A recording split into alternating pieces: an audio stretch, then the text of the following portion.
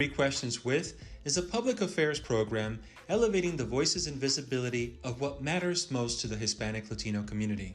June is Pride Month, celebrating the increased visibility of lesbian, gay, bisexual, transgender, and queer people.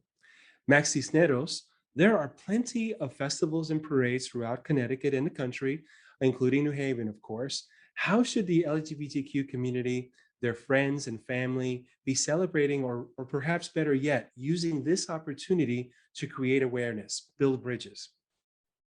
Oh, good question. Part of what we're trying to do at the Pride Center is basically elevate the conversation or just provide language about how to talk about these issues. I think right now, particularly in the last 5 years, I want to say that's gotten really difficult to talk about certain issues with folks, whether it's in family settings, work settings, or just general, even in school, you know. And so I think what we're trying to do at the New Haven Pride Center is provide programming that educates folks about how to talk about these issues with each other so they could have the language and the tools to be able to like better understand where they're coming from, but where the other person's coming from too, to empathize, essentially to empathize. Because I think genuinely a lot of folks who are in this conversation may want to know more, but may not know how to ask, right?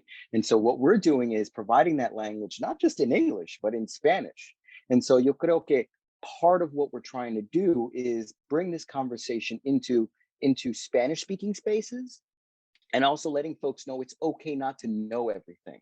So educating folks is the number one tool that we end up using to be able to empathize with other folks. As far as celebrations, as far as gatherings and getting together, once you get together, the language is there. So folks can begin to dance that theoretical dance of having those ideas flow around and better ways of being able to get to how do you get to the logic that you have, right? How do you get to believing what you believe? Because I want to understand how you get there. That's the essence of what we're trying to do over here.